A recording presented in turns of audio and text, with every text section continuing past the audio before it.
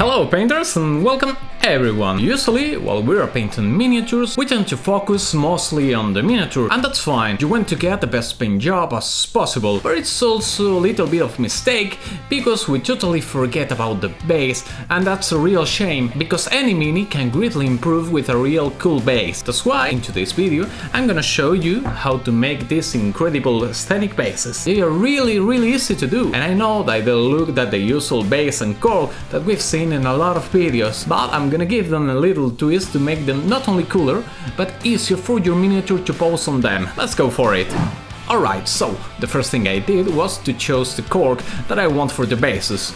You can buy this bag in any do-it-yourself store, and they are ridiculously cheap, like 3 euros for a bag that is going to last for your whole life.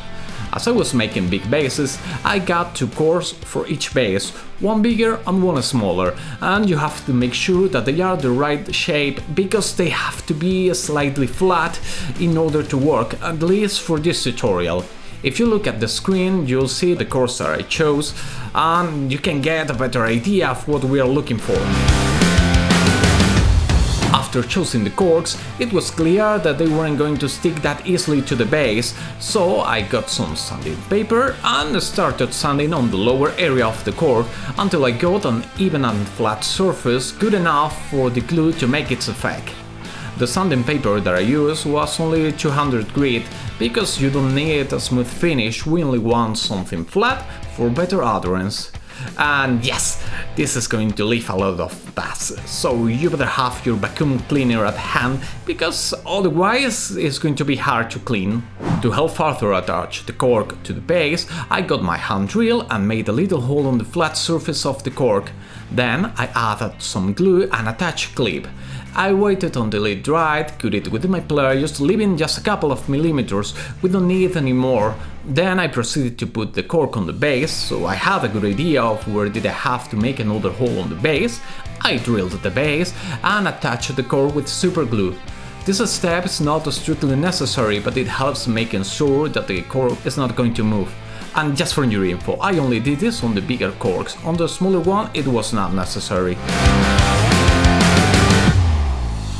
Okay, so far so good. It still looks like the Pentacillion bases here on YouTube, right? Well, we're gonna change that right now with this. This is modeling paste, and it makes wonders. I got a big chunk of paste and stuck it into the base. Then I gave it form to make it look some kind of like a hill. You have to get it from the pot, put it into the base, keep it formed, try to make it as smooth as possible, and repeat again and again and again. The idea here is trying to make some kind of hill, so we have a flat area and a rocky area, but again, looking at the video, you'll get it better. Again, it's really cheap and it's really easy to use, even though I have some complications. As you can see, I tried to do it first with the Games Workshop texture spreader, but it was too small, so I have to change it to a knife kitchen, which it wasn't exactly made for this purpose, but it was good enough. Don't worry, for the next time I already got some palettes, so I don't look like a completely moron. And now comes the sad part. You have to leave it to dry completely until it solidifies, so we can continue. And I had drying it for 5 whole days. I know it's a lot of time, but we have to do it. And in the meanwhile, you can do, I don't know, whatever you usually do.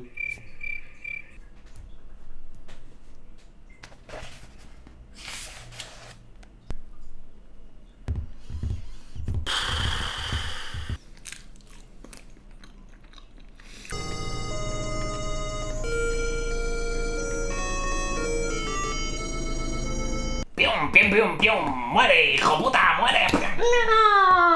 Okay, so I left it to dry for 5 days, and the paste was completely hard.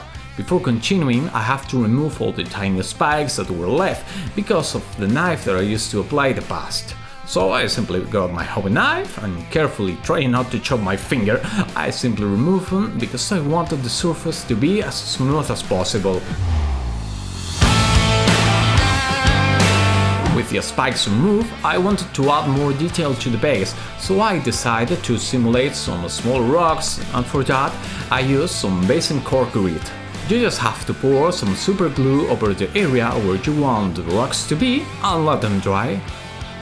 I got two advices here. The first one is to use core grid from several sizes to give it more variety, gluing firstly the bigger ones and continue toward the smaller ones because they will fill the gaps between the larger rocks and it will look more natural.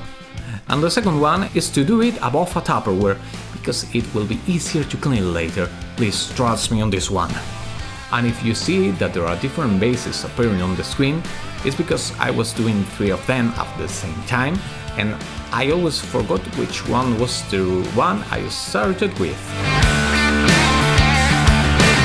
We have finished with the building part of the tutorial and now we're gonna begin to paint them.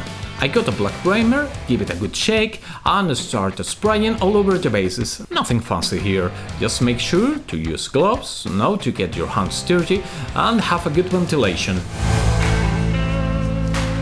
So, we have our bases already primed and built and it's time to give them color. For that I dry brush every rock, the big ones and the gritty ones with a medium grey in order to give them a rocky look. To dry brush I simply got a big old brush, put some paint on it and remove the excess with a paper until the brush is almost dry. That's where the name comes from. And then gently brush it across the surface. This way the paint will only stay on the outer areas of the rocks, leaving the recesses black. Once I finished dry brushing with grey, I got a bone color and repeated the exact same process but with even less paint, because this will be our main light source. You can use a lighter grey instead of bone, but using different colors will make the base more interesting, and that's why I chose to use a bone color. With this we have our lightstone, but there is still not that much color. In order to fix it, I gave a wash to the rocks using Agrax Airshade. For this I just got a big brush and started painting generously, making sure that every rock got covered.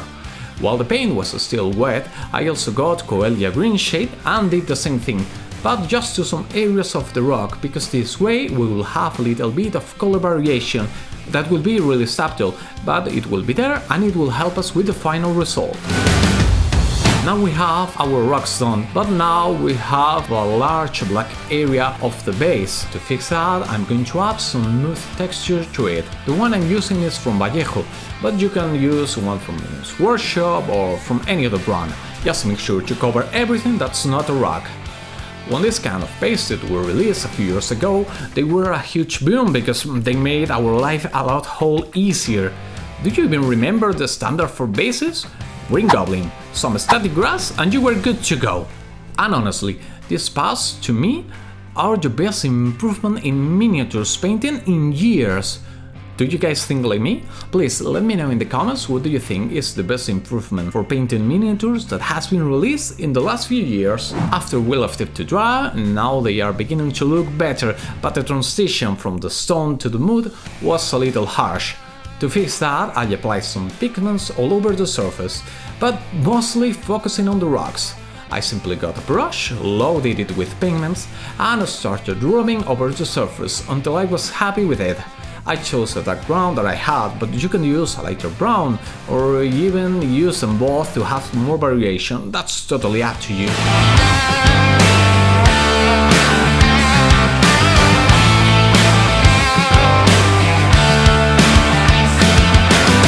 With pigments is that you are gonna get dirty, and a lot, because they don't adhere perfectly.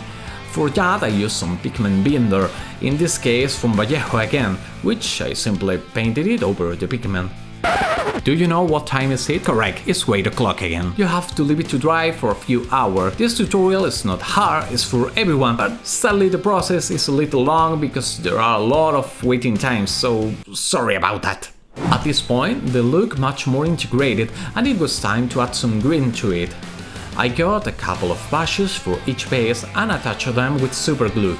You can use any brush of any color that you want, the only thing that you need to keep in mind is that there is going to be a miniature on top of your base, so you have to put the brushes in places where they don't stop too much. The next part is covering the mat with grass. The reason why I put in the first place the bushes was because if I put them after the grass, probably they wouldn't attach too well to the base, so I think this was the safest choice. Anyway, to attach the grass, I decided to ask a grass applicator that I got from AliExpress for like 12 euros or so. In the internet there are tutorials to make your own using a mosquito zapper, but at this price I think it was a real good investment. In fact, if you look at the back of the applicator, you will see that it's actually a modified mosquito zapper. I loaded the applicator with different shades of grass because the more variation, the better, and connected the pin to the base.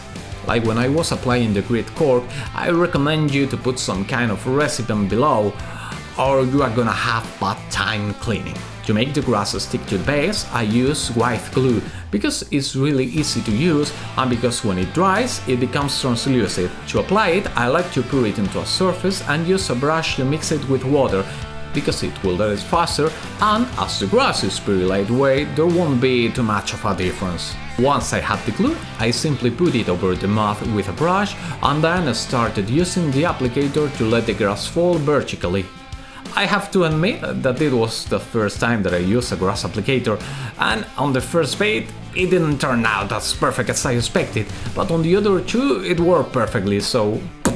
After a few minutes, when the glue dried, I turned back the base, gave it a few slaps, and made the excess of grass fall over the recipient that we have below, not making a mess in the process. You can call the bases done by now, but I felt that they were too simple and still empty, so I got these straps and decided to glue them on the bases. You can find them on any decoration stone and they are really cheap. I think this bag was like 4 euros and it will last for a long time. Anyway, to attach them, I got a small piece of strap, decided where to put them, add some super glue, put the strap on top of it, and just to be sure that it wasn't going to move, let another drop of glue fall on top of it. And that's the end of today's tutorial. Well, technically no, because there are 2 steps missing at the end. The first, obviously, attaching the miniature to the base, and lastly, adding a top coat of matte varnish to protect the color and eliminate any kind of gloss from the glue. But we will see that in the next tutorial, so if you don't want to miss it, please subscribe to my channel. And if you like the video, hit the like button, because that way you are helping me a lot. Anyway, I'm gonna leave you with some shots of the bases so you can see the final result.